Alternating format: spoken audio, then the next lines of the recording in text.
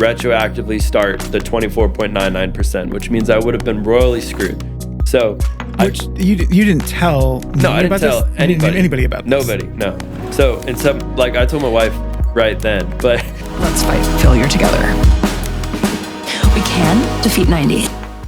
I got an Airbnb because I feel like we had hit a glass ceiling with our business, and I thought that that was the easier route than, doing the complex innovations that we would have had to do at that point with the sales channels, which was a mistake. But when I did the Airbnb, I put the entire remodel on an American Express card. So I had a Platinum American Express card. Oh my gosh. That had 18 months, 0% interest. And I got it to $92,000. And I had no plan on how to pay it off, which is dumb. This is the first time I've ever done this. I don't even want a credit card now. But got to $92,000. This is like November 3rd, and November 15th, it's going to come due and then retroactively start the 24.99%, which means I would have been royally screwed. So, which you didn't tell. No, I didn't tell anybody about this. Nobody, no. So, and some like I told my wife right then, but it was like November 13th was 2 days before the credit card came due, November 15th, and I bought my sister's house because she had equity in it, and I cashed out refied and got her as a tenant, and I used the equity of her house to pay off the credit card 2 days before it came due. And like the 2 weeks leading up to that, I was thinking of every possible thing I could to like get myself out of this bind, other than like literally having to file bankruptcy. And I'm like laying in bed, looking at the fan. It's like 4:00 in the morning. And I told my wife, I think I messed the money up. Like that's what I said. And she said, are we strapped? I said, maybe. Like I think we need to buy my sister's house. And she was like, how does that make any sense? And I was like, well, we have a lot of debt. And if I buy my sister's house, then I won't have the interest. We'd have a mortgage, but it's whatever. And she's like, so if we're strapped, then buying another house is the answer? I was like, that's the only thing I could think of. And she was like, well, I guess we got to buy a house. And 2 weeks later, we bought my sister's house. Oh my gosh. Could you imagine being like, so bottom of the canyon of doubt, and you buy a house? Well, and okay, so sometimes that's what it's kind of finishing this story and this whole craziness that was this, like you're about ready to get out and be completely I have an actual plan now. A plan, and you're going to be above zero. Like you're going to actually make money off of it, which is like wild. Yeah. Because I remember. Oh God, man. Yeah. Well, I just remember. Okay. Since we're being like talking about this, you didn't even tell me you bought the house. No. Yeah, you're on vacation. I told you because like he knew. I was like, he did not want me to know because I would have been like, I was ashamed. I'm kidding. No, but I just told him when he got back, I was like, I bought a house while you're gone. I was like, you didn't. What? Also, my Airbnb I bought while you're on your trip. So both houses I bought while you're gone. Yeah. Safe distance, so you couldn't stop me. Because I he knows me well enough, and you guys will get to know me. I'm pretty. But that's the part of the having to experience. Like I had to learn my lesson. Yeah. The hard way. That's just how we are. Most of us. Yeah, and I think that pride. I mean, it's interesting how pride leads to the downfall. You hear that statement, but it's so true because it was a form of pride. You wanted to prove yourself. You wanted to do this stuff. Yeah. And ultimately, there's consequences to that. And even from the perspective that you were able to figure the things out, right? And but I'd never seen you more stressed in my entire life of being friends with you. The actual emotional and mental toll you went through was, it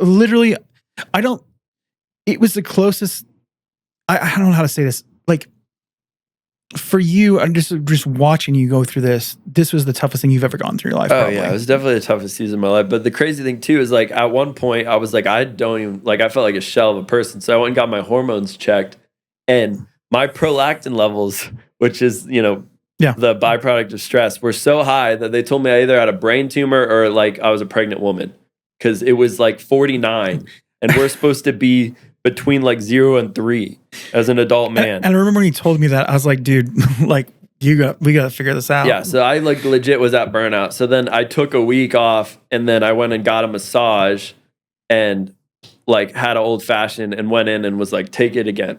Like take my hormones again. Obviously I prayed, and then I came back at 2.9, and they were like, okay, well, you're good. So I'm like, well, it obviously wasn't any of the stuff that you guys said, but they said like stress wise, they've seen people get into the low 20s, but never 49. Yeah. So yeah, that was my actual limit. But some of the stuff was the wake up call for you to make the change in all this stuff. Yeah. Because I think, okay, so let's kind of summarize, and then I'm going to jump into some finishing questions, some more tactile stuff on this. But at this point, you had been growing this. There'd been some risk, but it hadn't been that much risk. No. And everything had gone well for you, really. Yeah.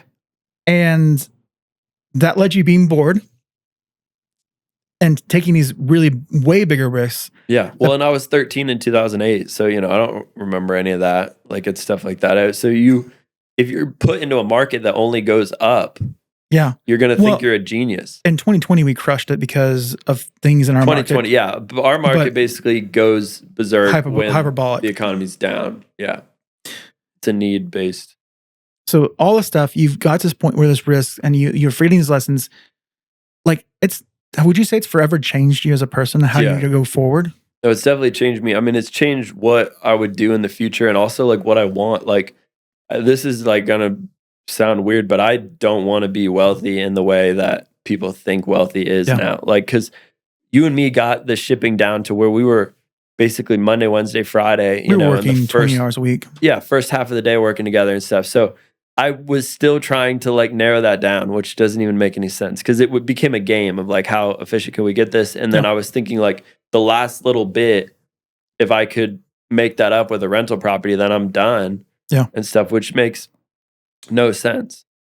Well, and even like, I mean, because I had other things I was working on, other clients and whatnot, but like, I got kind of sucked into that too of just like, I don't know, just chilling. Because for me, I think that's the difference between our stories. Like from my story, I've hustled. I've had 100-hour weeks, not saying like you didn't have that stuff, but like I've done the craziness my entire life. And it was just kind of nice to like see this thing be like crazy successful and be just chill. It was like, right. Yeah.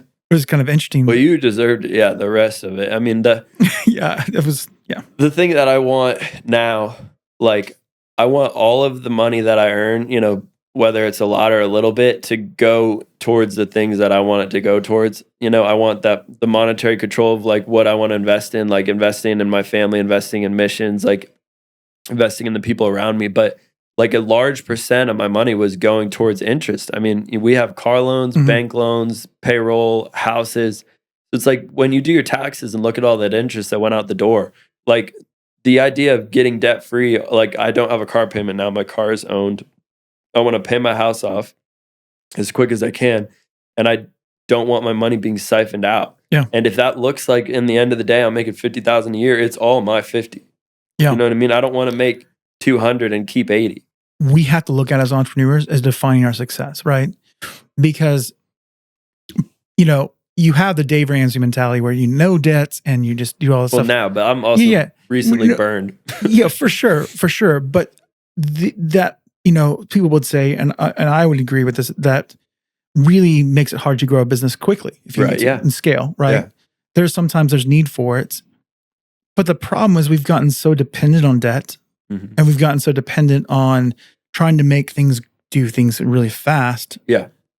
That we don't balance that super well. Right. Yeah. And like, I want to say, I don't think debt is a bad thing. What I think we should use debt for is the sure things. Yeah. Like if that if I get this, piece of equipment, I can make gelato twice as fast and I could, have 2 guys working instead of 3 or whatever. Or you have a purchase order. And the numbers make sense. Yeah. And you can do that. Then absolutely do that. What I think entrepreneurs fall into is almost like playing blackjack, right? Yeah. If I'm at Downstream and I'm playing blackjack and I'm got 200 and I'm down to my last 40, a lot of times I'll bet the whole 40 on the next hand. Because in my mind, I'm not thinking about like, if I lose this hand, I'm done. I'm thinking if I'm back at 80, I could get back to 200. Yeah. Which I did that multiple times with the business where it was a dangerous move. Like I'm going to buy, 20,000 and see if I can make 40 when there was opportunities to buy 5 and definitely make 8. Yeah. And you could do that 3 or 4 times. But for some reason, we think like the shorter path is the safer one. So if you're going to have a line of credit or borrow money, I'd say do it for the slow and steady and get back to your footing. Don't try and like bet the farm on some big deal because like at that point, you're just putting yourself in an exposed position. Yeah. Or just grow it slow. Yeah, and grow slow. And it's not glamorous and exciting, but it freaking works. Man, I tell you what, like one of my favorite things is like when I see companies do pre-sales for things, take an idea and see if the market even wants it, and then they sell it, and they're like, well, there you go. It funded the project. These people are happy. They're, and there's creative ways to finance things without having to do debt. But the thing is, we get so fixated on what we want, how we want it, instead of really getting to what we really want and what we need. You know what I'm saying? Like, I know it sounds funny, but like sometimes we blow past our hearts because our brain gets going on things of like knowing your why. I think so important, because now that you know, like like want to be in control of your money and how you invest and live your life, right? That it shapes how you deal with money going forward. Yeah. And how you grow your business, because you don't necessarily grow your business super fast might actually put you in a position where you're actually against your values. Right. Yeah. And that's something that now that you know that, then you're not going to violate. Yeah. And that's where stress comes from, I think, is when you are on a path that doesn't align with who you want to be, because you and me have both, when we're in it, like our heart's in it, we could work extremely hard and still feel fulfilled and still feel healthy. It's like, and then you could have times when you feel unhealthy and you're not working as hard as you used to. And it's because you're not in the vein. So it's like with like this, you could do Defeat 90. You could work 100 hours a week, like you're saying, and feel awesome. Yeah. Because this is what you love to do and this is what you want to be doing. People. Yeah. So I think with borrowing money, like with medicine, they call it the lowest effective dose. So that means like if they can put you on like a pill that 5 milligrams is going to work, they're not going to start you on 20. And I think that's how we should treat debt, especially at the beginning. Like, say you wanted to start a coffee shop and you have to borrow $30,000, but they say you're approved for 75. Take the 30, because the 75, when you didn't earn it and have to put it away in the bank, it's almost impossible for a business owner to respect the money that they were given. Yeah, because it's like at that point, if they put the 75,000, they completely deck out the coffee shop. You made purchases and splurged on stuff you wouldn't have splurged on otherwise if it was your 75. And that's where I think we can get enslaved by institutions, is when they give us more money than we need. And we think, okay, well, I'll use the 30 in the coffee shop, 20 to pay off my car, 10 to go on vacation. You better hope that first month of coffee, you do really well. Yeah. And it's funny. There's a book, I'm blanking on the name, but it's basically comparing two different startups. One that was bootstrapped and one that was financed. Yeah. And the thing that's interesting, when they had all the money, they failed to actually talk to the customer and interact with them because they didn't need to get their money right away. When you're bootstrapping and you need to make sales, they're like, okay, like, yeah, you innovate. Will you buy this thing? You're like, sucking the innovation out of these businesses when they are comfortable from day one. Yeah. We shouldn't be comfortable day one. You need to hustle. And hustle's the wrong word, because I've come to not like that word. It's put the action in things that are actually going to get you value back. It's creating that value and finding what your customers need and doing the hard work, which is hard sometimes. I think that's a good way to kind of like transition into these other questions I want to ask you. I think, would this be a clear enough statement, is you learn the value of money. You learn the value of a company through from having little risk to taking great risks of what it all means and what it means for you. Oh yeah. 100%. I mean, there's the saying that 5,000 isn't a lot to have, but it's a lot to owe. And that's the true thing. Like when climbing back out of a hole makes you, watch your step next time. Let's fight failure together. We can defeat 90.